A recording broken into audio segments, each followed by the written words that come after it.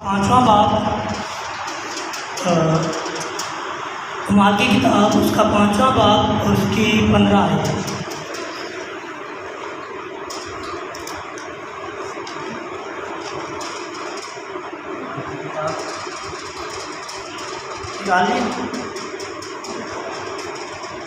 غور سے سنیے گا۔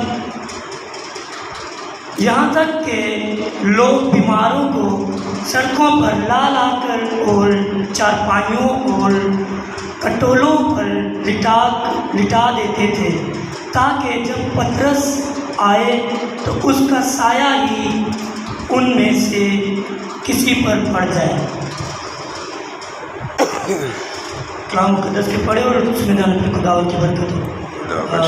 کتنے لوگ جانتے کہ یسوع مسیح مردوں کو زندہ کرتا تھا؟ سارے۔ اور کتنے لوگ جانتے کہ جو شاگرد تھے یسوع مسیح کے وہ بھی مردوں کو زندہ کرتے ہیں؟ بہت کم جانتے ہیں۔ تو آج آپ یہ بھی جان جائیں گے کہ شاگرد نے بھی جو ہے ایک عورت کو زندہ کیا تھا۔ تو عزیزو، اس میں دیکھیں کہ لوگوں کا اتنا ایمان تھا کہ وہ شفا لینے کے لیے راستے میں کھڑے ہوتے کہ پطرس آئے گا۔ یسوع مسیح کا تو ہم نے سنا، پطرس کا میں نے اس لیے حوالہ دیا کیونکہ ہم یسوع مسیح کی طرح تو نہیں بن سکتے، کیونکہ وہ خود خدا تھا، لیکن پطرس جو انسان تھا اور شاگرد تھا، جو پہلے وہ ماہر تھا، اس کے بعد وہ آدمگیر بنا، اس لیے میں اس کا حوالہ رکھا کہ وہ ہم بھی بن سکتے ہیں، ہم میں سے کوئی بھی بن سکتا ہے۔ میں نے اسی لیے پطرس کا حوالہ رکھا کہ جب خداوند یسوع مسیح آسمان پر جا رہے تھے تو انہوں نے شاگردوں کو بتایا کہ میں جب جاؤں گا تو روح القدس جو ہے تمہارے لیے بھیجوں گا، تاکہ وہ تمہیں قوت کا لباس عطا کرے۔ مطلب جب وہ روح القدس نازل ہوا تو سارے شاگردوں پر چھا گیا، اور اس کے بعد شاگردوں نے منادی کی تو شاگردوں پر ایسا روح القدس چھایا تھا کہ پطرس نے جب پہلی بار منادی کی تو اس میں 3000 لوگ صرف کلام سناتے ہوئے وہ یسوع مسیح پر ایمان آئے تھے۔ 3000 لوگوں کے درمیان وہ کلام سنا رہا تھا تو لوگ جو ہے یسوع مسیح پر ایمان آئے تھے۔ تو اس کے بعد جب ہم آگے جاتے ہیں تو آگے میں اور بھی بہت سے معجزے ملتے ہیں، لیکن یہ جو معجزہ ملتا ہے کہ صرف ان کا سایہ، اتنا مطلب ان کے پاس قوت تھی کہ ان کا سایہ، اور آپ لوگوں کا ایمان دیکھیں کہ لوگ جو تھے ان کا اتنا ایمان تھا کہ بس اس کا سایہ ان پر پڑے گا تو وہ شفا پائیں گے۔ اس میں دو چیزیں ظاہر ہو رہی ہیں کہ ایک ایمان کہ وہ شفا پائیں گے، دوسرا عمال کہ انہوں نے ٹوکریوں میں کٹولوں میں لاد کر لوگوں کو سڑک پہ لٹا دیا یا بٹھا دیا۔ مطلب دو چیزیں آ رہی ہیں۔ آپ نے کلام میں پڑھا ہوگا کہ ایمان جو ہے بغیر عمال کے مردہ ہے۔ تو اسی طرح آپ نے اس کی وہ مثال بھی سنی ہوگی جو جس عورت کو 12 برس سے خون جاری تھا۔ اب میں ایک مثال رکھتا ہوں، اگر یہاں کوئی سیلیبریٹی آ جائے یا کوئی بھی ایسا شخص جس کا بہت نام ہو، اور ہمارے میں سے زیادہ تر لوگوں کی یہ خواہش ہوتی ہے کہ ہم اس کے ساتھ ساتھ رہیں، وہ کیا کر رہا ہے، کہاں جا رہا ہے، کوئی تصویر بنانے کے لیے جائے گا، کوئی اس کا رویہ دیکھنے کے لیے جائے گا، کوئی اس کو جو ہے دیکھنے کے لیے جائے گا تو وہ کیا کر رہا ہے۔ تو اسی طرح اس ٹائم پہ جب وہ 12 برس کی عورت جس کو خون جاری تھا، 12 برس سے خون جاری تھا، وہ عورت اس نے شفا پانی تھی، اس کا ایمان تھا کہ وہ چادر کا پلڑا چھوئے گی تو شفا پائے گی۔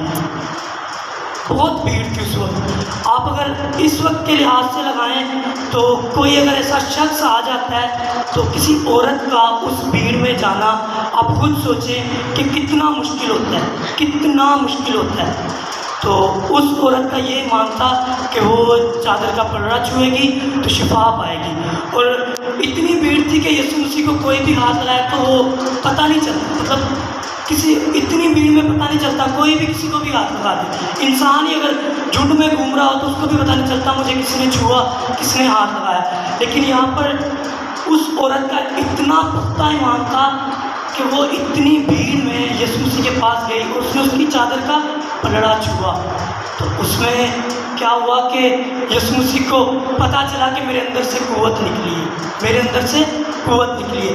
اس میں بھی اگر آپ دیکھیں تو دو طرح کی چیزیں ملتی ہیں، ایک اس کا ایمان تھا کہ وہ چادر کا پلڑا چھوئے گی تو شفا پائے گی، دوسرا اس کا عمال تھا جو اتنی بھیڑ میں بھی یسوع مسیح کے پاس گئی، اتنے لوگوں میں سے بھی پتہ نہیں کتنے مرد ہوں گے، پتہ نہیں کتنی عورتیں ہوں گی، کوئی بھی یہ نہیں جان سکتا۔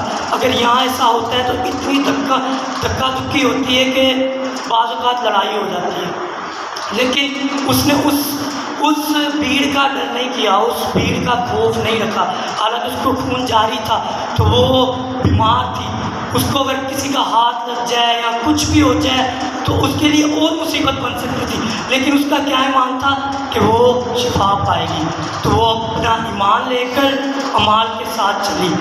اس کے ساتھ یسوع مسیح کو جب پتہ چلا تو اس نے اسے کیا کہا کہ تیرے ایمان نے تجھے اچھا کیا۔ تو عزیزو، اسی طرح جب ہم جو لوگ شاگردوں کے بارے میں نہیں جانتے کہ انہوں نے مردوں کو زندہ کیا تھا تو وہ میرے ساتھ نکالیں اعمال کی کتاب، اس کا 9 باب، اس کی 36 تا 40 آیت۔ اعمال کی کتاب 9 باب 36 تا 40 آیت۔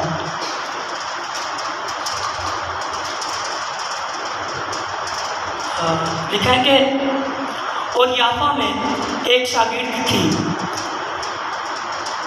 جس کا نام ایک شاگرد تھی طبیطہ نام، جس کا ترجمہ ہرنی ہے، وہ بہت ہی نیک کام اور خیرات کیا کرتی تھی۔ انہی دنوں میں ایسا ہوا کہ وہ بیمار ہو کر مر گئی اور اسے نہا کر بالا خانہ میں رکھ دیا، اور چونکہ لدا یافا کے نزدیک تھا، شاگردوں نے یہ سن کر کہ پطرس وہاں ہے 2 آدمی بھیجے اور ان سے درخواست کی کہ ہمارے پاس آنے میں دیر نہ کر۔ پطرس اٹھ کر ان کے ساتھ ہو لیا، جب پہنچا تو اسے بالا خانہ میں لے گئے اور سب بیوائیں روتی ہوئی اس کے پاس آ کھڑی ہوئی، اور جو کرتے اور کپڑے ہرنی نے ان کے ساتھ میں رہ کر بنائے تھے دکھانے لگے۔ پطرس نے سب کو باہر کر دیا اور گھٹنے ٹیک کر دعا کی، پھر لاش کی طرف متوجہ ہو کر کہا، اے طبیطہ اٹھ۔ پس اس نے آنکھیں کھول دی اور پطرس کو دیکھ کر اٹھ بیٹھی۔ ہمیں جو لوگ نہیں جانتے کہ شاگردوں میں بھی مردوں کو زندہ کرنے کی قوت تھی، تو وہ آج یہ جان لیں کہ طبیطہ نام عورت جو کرتے سلائی کیا کرتی تھی، وہ کیا تھی؟ نیک تھی اور خیرات کرتی تھی، نیک تھی اور خیرات کرتی تھی، جس کی وجہ سے۔ اور تیسری بات، وہ شاگرد بھی تھی، جو شاگردوں نے شاگرد بنائے ان کی شاگرد تھی، ان میں سے شاگرد تھی تو وہ مر جاتی ہے بیمار ہو کر، تو جو شاگرد ہوتے ہیں وہ پطرس پاس کے علاقہ میں ہوتا ہے، جیسے یافا اور لدا ایک ساتھ کے علاقے تھے، ان کو پتہ چلتا ہے کہ وہ ابھی لدا میں ہے، تو اس کو پطرس کو جا کر اور شاگرد جو ہے اسے بتاتے کہ ایسا سین ہو گیا ہے، تو وہ فٹافٹ آنے میں دیر نہیں کرتا، اور جب وہ آتا ہے تو مطلب نہلا دیا ہوتا ہے، وہ صرف جنازہ لے چکا ہوتا ہے کہ جنازہ پڑھانا ہے اور لے کے جانا ہے، تو اس کے بعد پطرس آتا ہے اور اس مردہ کو زندہ کرتا ہے۔ تو اسی طرح عزیزو، اس میں بھی ہمیں ایک چیز ملتی ہے کہ وہ جو تھی نیک تھی اور خیرات گزارتی تھی۔ اس سے پیچھے ایک حوالہ جس میں ایک میاں اور بیوی دونوں پطرس سے اس نے مطلب جھوٹ بولا اور وہ مر گئے، وہ چاہتا تو انہیں بھی اٹھا سکتا تھا، لیکن وہ نیک نہیں تھے، وہ اس کی طرح نیک نہیں تھے، تو پطرس نے اسے اٹھایا۔ یہ سب سے بڑا معجزہ جو شاگردوں میں سے ہوا تھا، یہ سب سے بڑا معجزہ یہ ہوا ہے۔ اور شفا کی طرف بڑھتے ہیں تو عزیزو، شفا کے بارے میں بہت سے حوالے ہیں، یسوع مسیح نے بہت سے کتاب میں تو بائبل مقدس میں تو شاید 35 لکھے یا اور بھی کچھ لکھے ہوں گے، بہت سے معجزے لکھے، لیکن بائبل مقدس میں یہ بھی بیان ہے کہ کچھ باتیں، کچھ معجزے ایسے ہیں جو اس کتاب میں نہیں لکھی گئی، صرف وہی باتیں لکھی گئی جس سے سن کر ہم ایمان لائیں۔ تو بہت سے معجزے اگر معجزوں کی مثال دیں، شفا کی مثال دیں تو بہت ساری ہیں، لیکن جہاں بھی آپ دیکھیں گے بغیر اعمال کے شفا نہیں ملتی، بغیر اعمال کے۔ ایمان تو ہوتا ہے مگر اعمال نہیں ہوتا۔ عزیزوں میں اپنے اوپر غور کرنے کی ضرورت ہے کہ میں بیمار ہوں تو گھر میں بیٹھا ہوں اور میں کسی کو بول دیتا ہوں کہ میں بیمار ہوں، حالانکہ میں چل بھی سکتا ہوں، چل پھر سکتا ہوں، میں اس طرح کا بیمار نہیں ہوں کہ میرا گھٹنا ٹوٹا ہے یا میرے میں بالکل ہی قوت نہیں ہے، میں بیمار ہوں، صرف بخار ہے یا کوئی نزلہ کھانسی، میں خدا کے گھر آ سکتا ہوں، لیکن پھر بھی میں کیا بولتا ہوں، اگلے بندے کو بولتا ہوں کہ میرے لیے دعا کرنا۔ میرا ایمان ہے لیکن اعمال نہیں ہے، پھر میری دعا نہیں سنی جاتی، پھر میرے ذہن میں کیا سوچ آتی ہے کہ لے بھائی میں تو فلانے بندے نے کیا سی دعا کری میرے لیے کہ انہیں تھے اور دعا کی شفا ہی نہیں ملی۔ نہیں پتہ کہ اپنا ایمان نہیں ہے، اپنا اعمال ہی نہیں ہے، ہم یہ بول دیتے کہ اس کی دعا سے ہمیں شفا ہی نہیں ملی۔ تو عزیزوں میں یہ غور کرنے کی ضرورت ہے، بعض اوقات ایسا ہوتا ہے کہ ہمارا ایمان بھی ہوتا ہے اور اعمال بھی ہوتا ہے مگر پھر بھی شفا نہیں ملتی۔ کیوں نہیں ملتی؟ کیونکہ وائس کی کتاب اس کا 3 باب صاف صاف اس چیز کو بیان کرتا ہے کہ ہر چیز کا ایک وقت ہے، دعا قبول کیے جانے کا بھی ایک وقت ہوتا ہے۔ شاید وہ آزمائش ہو خدا کی طرف سے، شاید وہ وقت نہ ہو، شاید خدا اس وقت آپ کو شفا نہ دینا چاہتا ہو، تو اس میں کیا ہو جاتا ہے، ہمارا ایمان جو ہے ڈول جاتا ہے، پھر ہم یا تو خدا سے دور ہو جاتے ہیں یا تو جس سے ہم دعا کی درخواست کرتے ہیں اسے ہم بولتے ہیں کہ انہیں تو میری دعا نہیں کی تھی، یہ آج شفا ہی نہیں۔ اور میں نے بہت سے لوگ دیکھے، خدا معاف کرے لیکن کسی کے بارے میں ایسا بولنا نہیں چاہیے، مگر جو مطلب گراتے ہیں یا سلیم کرتے ہیں، روح القدس کے وسیلہ سے سلیم کرتے ہیں، اس ٹائم پہ بہت سے لوگ، میں یہ نہیں کہہ رہا کہ وہ غلط کرتے ہیں، اس ٹائم پہ بہت سے لوگ شفا پا چکے ہوتے ہیں، میں یہ بھی نہیں کہہ رہا کہ وہ شفا نہیں پاتے، وہ شفا پا چکے ہوتے ہیں، وہ جا کے سامنے گواہی بھی دیتے ہیں، وہ اپنے دوست یاروں میں گواہی دیتے ہیں کہ بھئی میرے یہ پین ہو رہی تھی، یہاں پین ہو رہی تھی، میں نے شفا پائی، مگر کچھ دن کے بعد، کچھ مہینوں کے بعد پھر وہ بیماری جنم لیتی ہے۔ وہ کیوں بیماری جنم لیتی ہے اس کے لیے بھی ایک حوالہ ہے۔ یعقوب نئے عہد نامہ میں سے یعقوب اس کا 5واں باب اس کی 15 سے 16 ہے۔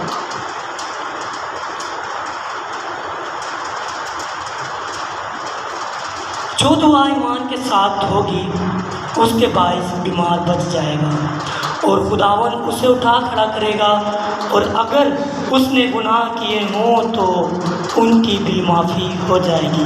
پس تم آپس میں ایک دوسرے سے اپنے اپنے گناہوں کا اقرار کرو اور ایک دوسرے کے لیے دعا کرو تاکہ شفا پاؤ۔